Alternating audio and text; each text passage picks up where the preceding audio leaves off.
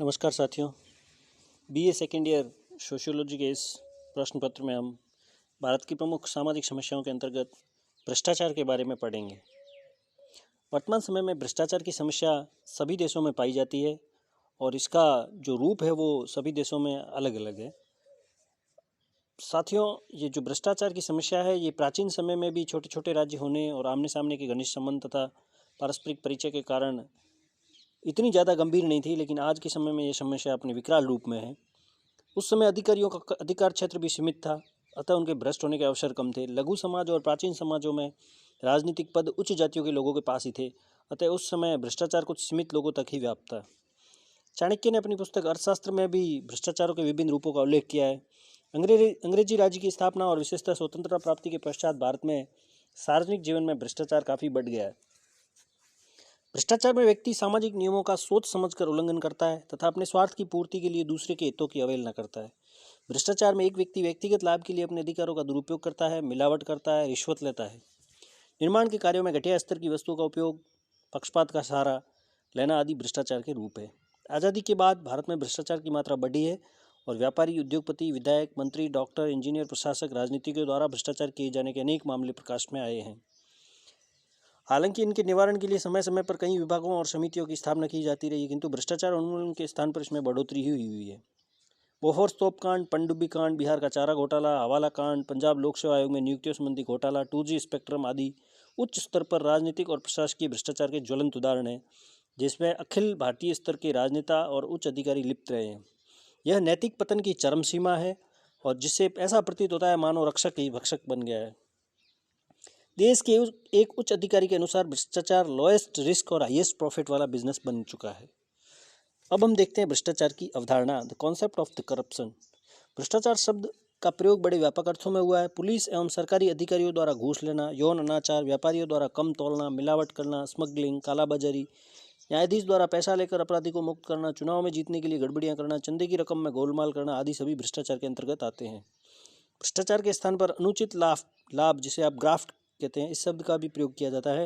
अनुचित लाभ एक विस्तृत कोणीय अवधारणा है जिसमें अनेक प्रकार के लाभ सम्मिलित है। इसमें पुलिस द्वारा ट्रैफिक के नियमों को तोड़ने वाले से सिगरेट स्वीकार करने से लेकर बड़े बड़े घोटाले तक आते हैं।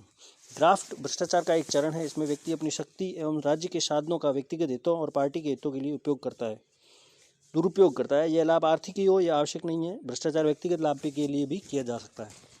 भ्रष्टाचार के अनेक प्रकार होने के कारण इसकी परिभाषा तो कठिन है, लेकिन फिर भी भ्रष्टाचार निरोधक समिति 1964 के अनुसार शब्द के व्यापक अर्थ में एक सार्वजनिक पद अथवा जनजीवन में उपलब्ध एक विशेष स्थिति के साथ संलग्न शक्ति और प्रभाव का अनुचित और स्वार्थपूर्ण प्रयोग ही भ्रष्टाचार है।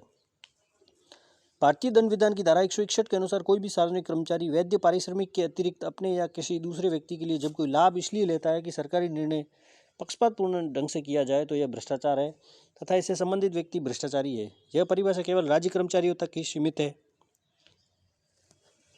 भ्रष्टाचार में व्यक्ति किसी भी तरीके से अपने उद्देश्य को प्राप्त करने का प्रयास करता है। अब देखें इसकी कुछ विशेषताएं या लक्षण।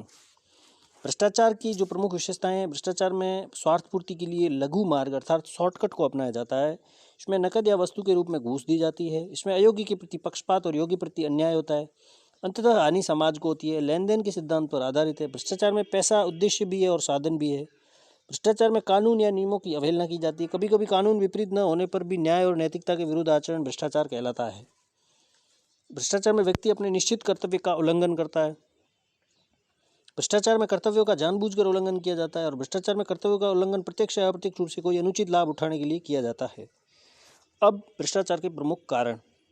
भ्रष्टाचार के प्रमुख कारण निम्न प्रकार से हैं। जैसे सबसे पहला है राजनीतिक इकाइयों का बड़ा आकार। राजनीतिक संस्थाओं का विशाल क्षेत्र होने के कारण सभी व्यक्ति इन संस्थाओं के कार्यों का लाभ नहीं उठा पाते। प्राचीन समय में स्थानीय और लघु समुदाय में भी राजनीतिक लाभ प्राप्त करना सरल था, किंतु वर्तमान में इन लाभों के प्रति सभी व्यक्ति हिस्सेदार नहीं बन सकते, अतः इन्हें प्राप्त करने के लिए भ्रष्टाचार की विधियों का प्रयोग किया जाता है। दूसरा है प्रजातंत्रात्मक शासन व्यवस्था के दोष। प्रजातंत्र में दलीय प्रणाली महत्वपूर्ण है। दल को समर्थन देने वाले व्यक्ति अपने हितों के अनुरूप शासक दल से कार्य करवाते हैं। दलगत राजनीति भी भ्रष्टाचार के लिए उत्तरदायी है। अपनी सत्ता बनाए रखने के लिए सत्तारूढ़ दल सभी प्रकार के उचित और अनुचित कदम उठाता है। भारत में आयाराम गयाराम की राजनीति ने भ्रष्टाचार को बढ़ावा दिया है। फिर है व्यापार और राजनीति के निकट संबंध, जिसमें बड़े बड़े व्यापारी और राजनीतिज्ञों के बीच गठबंधन के कारण कई उद्योगपति चुनाव के समय राजनीतिज्ञ तथा विशेषज्ञ सत्तारूढ़ दल को भारी भरकम आर्थिक सहायता के रूप में देते हैं, सत्ता में आने पर उनके कई लाभ उठाते हैं, जिनमें कम टैक्स चुकाए, टैक्स की चोरी करे, वस्तुओं में मिलावट करे, वस्तुओं का संग्रह करे, अधिक मुनाफा कमाए, और इन कार्यों के लिए कई राजनेता उन्हें संरक्षण प्रदान करते हैं। फिर है सरकारी कार्यों का विस्तृत क्षेत्र। आजकल सरकार के कार्यों का दिनों दिन विस्तार हो रहा है। व्यापार, वाणिज्य, कृषि, बिजली, सड़क निर्माण, समाज कल्याण, सफाई, भवन निर्माण, उद्योग, यातायात, रक्षा, शिक्षा और अनेक अन्य विषयों के संबंधित कार्य राज्य द्वारा किए जाने लगे। इन कार्यों का संचालन सरकारी कर्मचारियों द्वारा किया जाता है। आवश्यक नहीं है कि इनमें लगे सभी अधिकारी पूरी तरह से ईमानदार हो। होता यह है कि कई राज्य के कर्मचारी और अधिकारी अपने पद अधिकारों का दुरुपयोग कर व्यक्तिगत लाभ कमाते हैं। फिर है सामाजिक मूल्यों में परिवर्तन। वर्तमान समय में सामाजिक मूल्य बदले हैं। व्यक्तिवाद और भौतिक लाभ को अधिक महत्व दिया जाने लगा है। आज व्यक्ति का मूल्यांकन धन के आधार पर होता है। फिर है मुद्रा अर्थव्यवस्था। नेक्स्ट है भ्रष्टाचार उन्मूलन के कारगर तरीकों का अभाव। देश में अब तक भ्रष्टाचार को समाप्त करने के लिए सशक्त और कारगर कदम नहीं उठाए गए हैं। न ही भ्रष्टाचार के दोषी व्यक्तियों के लिए कठोर दंड की व्यवस्था है। फिर विकास के असमान अवसर भी है। सभी लोगों को विकास के समान अवसर न प्राप्त होने के कारण भी कई लोग अपना विकास करने और साधन जुटाने के लिए भ्रष्टाचार का सहारा लेते हैं। फिर है निर्धनता। निर्धनता भी व्यक्ति को भ्रष्ट आचरण के लिए प्रोत्साहित करती है। चारित्रिक और नैतिक पतन। इसमें देश में चारों ओर चरित्र और नैतिकता का संकट है, भ्रष्टाचार को जिससे बढ़ावा मिल रहा है। प्रशासकीय कठिनाइयाँ भी है। प्रशासनिक कठिनाइयों और बारीकियों से सभी व्यक्ति परिचित नहीं है, अतः झंझटों से मुक्ति पाने के लिए वे रिश्वत के रूप में रुपया देकर अपना काम निकलवाते हैं। फिर पूंजी संग्रह की प्रवृत्ति है। आजकल लोगों में धन संचय की प्रवृत्ति बढ़ी है और सभी व्यक्ति धन कमाकर प्रतिष्ठा अर्जित करना चाहते हैं। फिर शिक्षा का अभाव। भारत में अभी भी जनसंख्या जो साक्षरता का प्रतिशत है वो अभी भी कम है। अशिक्षितों की अनभिज्ञता का लाभ उठाने के लिए कर्मचारी और अधिकारीगण उनसे किसी न किसी प्रकार से रिश्वत में रुपये ऐंठ लेते हैं। बेकारी से मुक्ति पाने के लिए व्यक्ति घूस देकर नौकरी प्राप्त करना चाहता है। फिर कानून की अनभिज्ञता। बहुत सारे क्षेत्रों में लोगों को कानूनों की अनभिज्ञता है। फिर अपर्याप्त वेतन। जिन कर्मचारियों को वेतन कम मिलता है वे अपनी आवश्यकताओं और सामाजिक दायित्वों का निर्वाह करने भ्रष्ट तरीकों का से धनोपार्जन करते हैं। फिर प्रतिस्पर्धा बहुत ज़्यादा है। आबादी में भी भिन्नता है। भ्रष्टाचार पनपाने में कई बार उच्चाधिकारियों का सहयोग भी महत्वपूर्ण होता है। और कर्मचारी संघ। आज सरकारी और गैर सरकारी सभी विभागों में कर्मचारियों के संघ और संगठन बने। जब भी किसी कर्मचारी पर रिश्वत लेने या भ्रष्टाचार का आरोप लगता है या उसके विरुद्ध कोई कार्रवाई की जाती है, उसका स्थानांतरण किया जाता है, तो वे संगठन ऐसी किसी भी कार्रवाई का सामान्यतः विरोध करते हैं। अब भारत में भ्रष्टाचार के प्रकार। भ्रष्टाचार के प्रकारों के अंतर्गत सबसे पहला है राजनीतिक भ्रष्टाचार। व्यापार में भ्रष्टाचार। फिर न्यायालयों में भ्रष्टाचार, काला धन, स्थानीय स्वायत्त शासन में भ्रष्टाचार, धार्मिक क्षेत्र में भ्रष्टाचार, सामाजिक क्षेत्र में भ्रष्टाचार, चिकित्सा के क्षेत्र में भ्रष्टाचार और ठेके के क्षेत्र में भ्रष्टाचार। भारत में राजीव गांधी सरकार के शासनकाल में बोफोर्स तोप और पनडुब्बियों के खरीदने में करोड़ों रुपए दलाली के रूप में दिए जाने का मामला संसद में उठा, किंतु आज तक ये पता नहीं लगाया जा सका कि दलाली की ये भारी भरकम रकम किसने ली। इस प्रकार जब देश में सुरक्षा का क्षेत्र ही भ्रष्टाचार से मुक्त नहीं है तो भ्रष्टाचार उन्मूलन की बात तो हास्यास्पद लगती है। इसके अतिरिक्त शेयर घोटाला, हवाला कांड, आवास घोटाला, हर्षद मेहता द्वारा बैंक घोटाला, लालू यादव का चारा घोटाला, यूरिया घोटाला, झारखंड घोटाला, सैट किट्स और मंडी हाउस घोटाला, दूरसंचार घोटाला, रक्षा सौदों में घोटाला, पंजाब लोक सेवा आयोग की नियुक्तियों में घोटाला आदि यह सिद्ध करते हैं कि देश के शीर्ष स्थानों पर बैठे राजनेता और जिम्मेदार व्यक्ति किस तरह से देश को लूट रहे हैं। भ्रष्टाचार का एक उदाहरण यहाँ हम प्रस्तुत कर सकते हैं कि पिछले 3 अधिकृत जानकारी के अनुसार पिछले 3.5 वर्षों में सीबीआई ने देश में 9,140 सरकारी कर्मचारियों के यहाँ छापे मारे, भ्रष्टाचार के मामले दर्ज किए, जिनमें 14 आईपीएस की तुलना में 53 आईएएस थे। इनमें से 4 आईएएस, 1 आईपीएस सहित 3200 कर्मचारियों के विरुद्ध न्यायालय में आरोप पत्र भी प्रस्तुत किए जा चुके हैं। इन सब मामलों से सामान्य व्यक्ति का राजनेता एवं शीर्ष अधिकारियों में अविश्वास पनपा है। इस प्रकार हम देखते हैं कि भ्रष्टाचार का क्षेत्र बहुत व्यापक है। इसने सार्वजनिक जीवन के सभी क्षेत्रों में अपनी जड़ें जमा रखी है। आर्थिक, धार्मिक, राजनीतिक, शैक्षणिक, सामाजिक, प्रशासन, स्वायत्त शासन आदि कोई भी क्षेत्र इससे अछूता नहीं बचा है।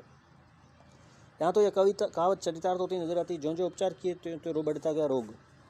अब भ्रष्टाचार के परिणाम। भ्रष्टाचार भी त्याग की तरह ऊपर से ही शुरू होता है, नीचे की ओर प्रसारित होकर संपूर्ण समाज को अपने रंग में रंग लेता है। भ्रष्टाचार के निम्न परिणाम होते हैं। पहला है वृहद वफादारी के स्थान पर स्थानीय वफादारी बढ़ती है और देश और सामुदायिक हितों के स्थान पर व्यक्तिगत और स्थानीय हितों को महत्व दिया जाता है। परिणाम स्वरूप राजनीतिक स्थिरता और एकता खतरे में पड़ती है। गुन्नार मिडल का मत है कि भ्रष्टाचार के कारण लाल फीताशाही व उत्तरदायित्व से भागने की प्रवृत्ति बढ़ती है, लोग अक्षम हो जाते हैं, विकास का कार्य रुक जाता है। नियमहीनता और कानूनों की अवहेलना में वृद्धि होती है, कीमतें बढ़ती है, लोगों में निराशा, तनाव व संघर्ष पैदा होता है, राष्ट्रीय चरित्र व नैतिकता का पतन होता है। अब भ्रष्टाचार उन्मूलन के लिए क्या प्रयत्न किए जा सकते हैं और सुझाव क्या क्या है। भ्रष्टाचार के कारण सामाजिक मूल्यों की अवहेलना होती है। समाज में बेईमान, चोर, घूसखोर लोग आरामदायक जीवन व्यतीत करते हैं तथा नेक व ईमानदार लोगों को कठिनाइयों का सामना करना पड़ता है। भ्रष्टाचार को दूर करने के हेतु समय समय पर कई संकल्प किए गए, अनेक समितियां और आयोगों का गठन किया गया, फिर भी इससे छुटकारा नहीं मिल पाया। भ्रष्टाचार निवारण हेतु निम्न उपाय अपनाए जाने चाहिए। पहला है, व्यवसायिक वर्गों में सुरक्षा तथा सरकारी नियुक्तियों में स्थिरता उत्पन्न की जाए। राजनीतिक कार्यकर्ताओं, अधिकारियों और व्यापारियों में ईमानदारी की भावना पैदा की जाए। लोगों में नैतिक गुणों, चरित्र और व्यवहारिक आदर्शों को उत्पन्न किया जाए। कठोर कानूनी व्यवस्था उत्पन्न की जाए तथा भ्रष्टाचार निवारण हेतु भ्रष्टाचार निवारण विभाग की स्थापना की जाए। केंद्रीय इंटेलिजेंस ब्यूरो द्वारा भ्रष्ट अधिकारियों की जाँच की व्यवस्था हो। पुलिस और सतर्कता विभाग ईमानदारी से काम करे। बेकारी समाप्त की जाए। निर्धनता को दूर किया जाए। आयकर का मूल्यांकन सार्वजनिक रूप से हो। अधिकारियों के स्वविवेकी अधिकारों को कम किया जाए। मंत्रियों और विधायकों के विरुद्ध भ्रष्टाचार की शिकायत सुनने के लिए आयोग का गठन किया जाए। जनसाधारण में जागरण पैदा किया जाए। सामाजिक मूल्यों में परिवर्तन कर धन के स्थान पर व्यक्ति के गुणों को महत्व दिया जाए। भ्रष्ट लोगों की सार्वजनिक रूप से निंदा की जाए। शिकायत करने वालों को सुरक्षा प्रदान की जाए। सार्वजनिक दलों को चंदा देने पर नियंत्रण लगा जाए। नियमों का सरलीकरण, कार्यप्रणाली में पारदर्शिता के साथ कड़े दंड का प्रावधान हो। भ्रष्टाचार और भ्रष्टों के विरुद्ध समाज में प्रभावी विरोध पैदा किया जाए। भारत सरकार ने भ्रष्टाचार निवारण के लिए समय समय पर कई प्रयास किए हैं। सन 1947 में भ्रष्टाचार निवारण कानून पास किया गया। भ्रष्टाचार अधिनियम की कार्यान्विति के संबंध में आवश्यक सुझाव देने के लिए 1949 में टेकचंद समिति की स्थापना। 1953 में आचार्य कृपलानी की अध्यक्षता में रेलवे भ्रष्टाचार जांच समिति निर्मित की गई। गृह मंत्रालय ने सन 1955 में प्रशासन सतर्कता विभाग की स्थापना की। 1962 में संथानम कमेटी की स्थापना, जिसने 1964 में अपना प्रतिवेदन प्रस्तुत किया। 1964 में तत्कालीन गृह मंत्री गुलजारीलाल नंदा ने भ्रष्टाचार निवारण के लिए संथानम कमेटी की सिफारिशों को लागू करने और अन्य कड़े कदम उठाने की घोषणा की।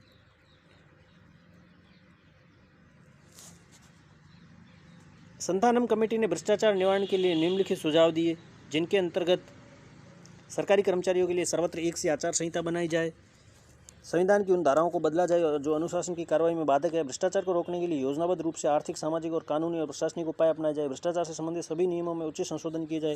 लाइसेंस और परमिट की स्वीकृति किसी व्यापारिक संस्था के सदस्य होने पर ही दी जाए। लाल फीताशाही को समाप्त किया जाए। नागरिकों को इस बात की शिक्षा दी जाए कि किन अधिकारियों की शिकायतें किसके पास करनी है। सरकारी कर्मचारियों के निवास, चिकित्सा, बच्चों की शिक्षा की व्यवस्था की जाए। ईमानदार व्यक्तियों को उच्च पद प्रदान किए जाएँ। जो समाचार गुप्त न हो वे जनता को शीघ्र प्रसारित किए जाए। भ्रष्ट अधिकारियों के कारनामों का व्यापक प्रसार किया जाए। गैर सरकारी संस्थाओं द्वारा उचित रूप से काम करने पर ही राज्य की सहायता। उपयुक्त सामाजिक वातावरण का निर्माण। मंत्रियों और विधायकों के लिए आचार संहिता बनाई जाए। समाचार पत्रों में छपी भ्रष्टाचार की शिकायतों की जांच की जाए और झूठी शिकायतें होने पर समाचार विरुद्ध कार्रवाई की जाए।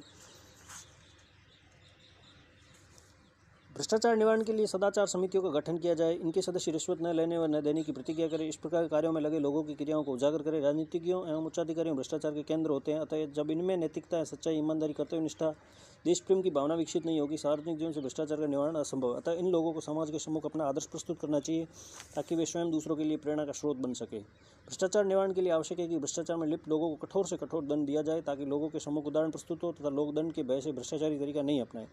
आम व्यक्ति भ्रष्टाचार में इसलिए लिप्त है क्योंकि वह जानता है कि रिश्वत देकर संगीन से संगीन मामला रफा दफा किया जा सकता है। विधायकों, लोकसभा के सदस्यों, मंत्रियों, राजनीतिक दल के सदस्यों, उच्च पदों पर आसीन अधिकारियों से पूर्ण ईमानदारी और कर्तव्यनिष्ठा की अपेक्षा की जाती है। यह सब कुछ होने पर ही भ्रष्टाचार उन्मूलन की आशा की जा सकती है।